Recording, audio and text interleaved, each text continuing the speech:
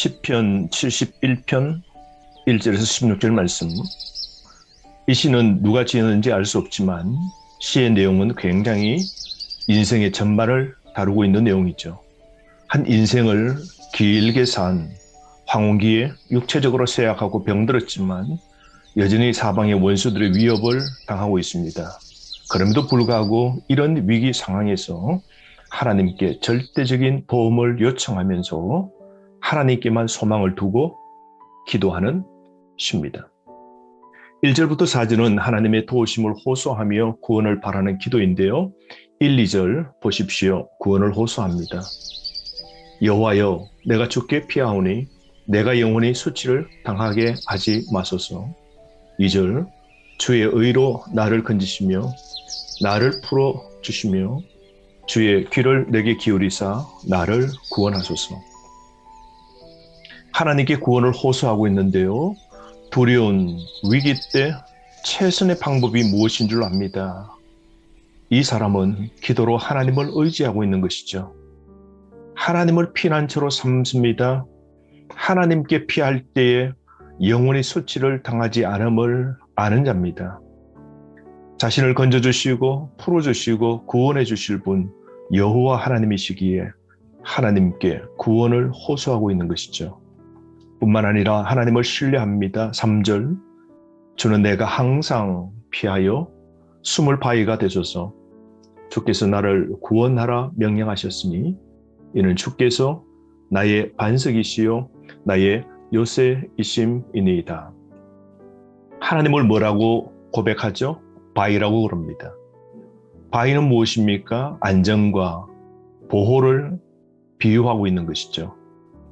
우리 사방의 위험한 가운데서 피할 곳은 큰 바위입니다. 그러므로 자신이 피하고 싶은 그 바위, 주님임을 압니다. 하나님이 반석이고 요새이심을 알건대 하나님께 지금 피하고 싶다라고 하나님을 신뢰하며 고백하고 있는 것이죠.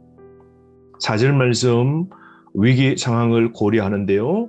나의 하나님이여 나를 악인의 손, 곧 불의한 자와 흉악한 자의 장중에서 피하게 하소서. 악인과 불의한 자와 흉악한 자들은 연합합니다. 연합한 이런 악한 세력을 제거하시는 하나님께 피하는 길이 최선 책임을 압니다. 그러므로 하나님께 피하게 해달라고 간구하는 것이죠. 오늘 우리가 삶의 위기와 고난 가운데 우리의 최선 책임은 무엇일까요? 하나님께 피하는 겁니다. 그런데 많은 사람들은 돈을 의지하고 사람에게 피하고 자신의 실력과 자신의 건강을 의지합니다. 진정 믿음 있는 사람이라면 그렇게 하지 않죠. 여러분, 우리의 소망은 하나님께 있는 것이죠. 5절 말씀 주 여호와여 주는 나의 소망이시요 내가 어릴 때부터 신뢰한 이시라. 하나님만이 나의 소망됨을 고백하고 있습니다. 언제부터 하나님을 의지했다 그럽니까? 어릴 때부터 의지했다 그럽니다. 여러분, 일생 동안 어릴 때부터 6절 말씀 모태에서부터 주를 의지했다라고 그러죠. 일생 동안 자신의 소망과 신뢰의 대상은 하나님임을 고백합니다. 그러므로 여러분 어떤 형편에서도 하나님이 나의 소망이십니까? 지금의 상황 속에서도 하나님만이 나의 소망인 줄 안다면 좌절하거나 낙심하지 않겠죠. 우리의 소망을 하나님께 둔 자는 결코 지금 당한 문제 앞에 좌절하거나 낙심하지 않은 것입니다. 6절 말씀 모태에서 자신을 지켜주신 하나님을 찬양합니다. 평생 흔들리지 않는 확신으로 하나님만 소망하는 이 시인처럼 오늘 우리도 그렇게 살아야 되지 않을까요? 모태에서 지켜주신 하나님, 모태에서 우리의 생명을 조성하신 하나님, 우리의 탄생 어릴 때부터 지금까지 우리의 삶은 하나님의 섭리로 되어지는 것이죠. 그러므로 하나님의 섭리로 사는 존재임을 잊지 말아야 됩니다. 7절 말씀, 항상 나의 피난처 되신 그 하나님을 바라봅니다. 7절, 주는 나의 견고한 피난처시라고 고백하죠. 굳건한 피난처가 주님이십니다. 그러므로 지금 닥친 고난의 현실만 보지 말고 과거에도 베푸신 하나님의 은혜를 바라보며 소망으로 살아야 되지 않겠습니까?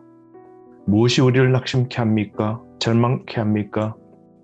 견고한 피난처 대신 주님만 바라보고 산다면 오늘을 소망으로 살아낼 수 있는 것이죠. 9절부터 14절은 오늘 이 시편의 시인은 늙고 약할 때에도 하나님께 도와달라고 간구하고 있습니다. 9절, 늙을 때에 나를 버리지 마시며 내 힘이 쇠약할 때에 나를 떠나지 마소서. 여러분, 우리 인생이 영원한 게 아닌 것이죠. 자랄 때가 있고 장성할 때가 있고 결국 늙을 때가 있는 것입니다. 이 땅에 영원한 건 없는 것이죠. 하나님만이 변함없이 우리를 돌보아 주시는 영원하신 분이시죠. 그러므로 근심 염려를 주님께 우리가 맡겨야 됩니다.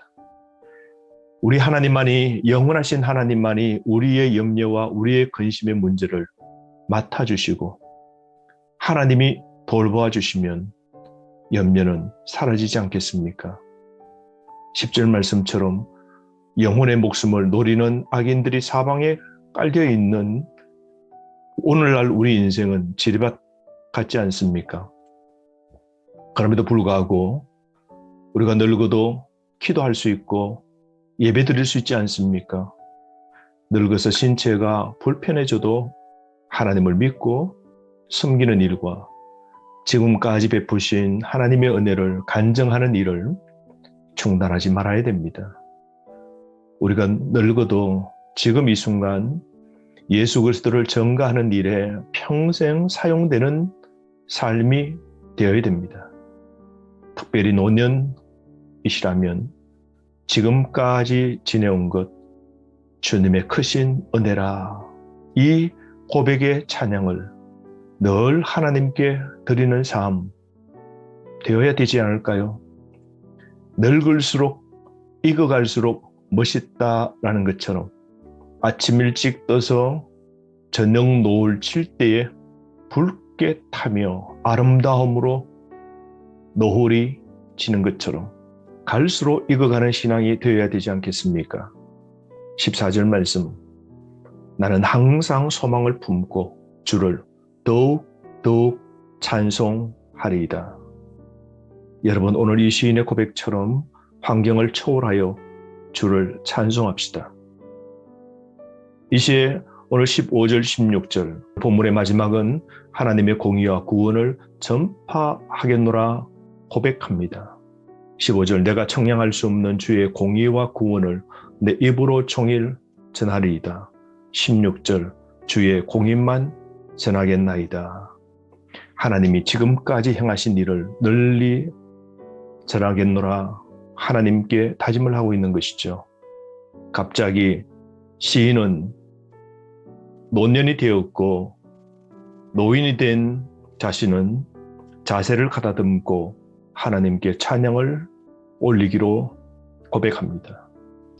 사랑하는 성도 여러분, 오늘 우리가 지금까지 살아온 날을 생각해 봅시다.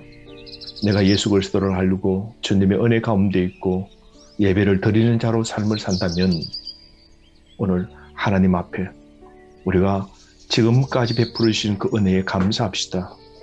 우리를 돌봐 주시고 수치를 당할 때마다 건져 주시고 우리를 구원시켜 주시고 피할 바위가 되신 그 하나님 베풀어 주신 은혜에 감사합시다.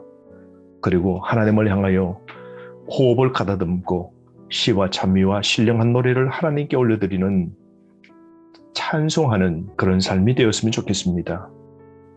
하루 주님이 주시는 이 말씀을 묵상하며 승리하시기를 바랍니다.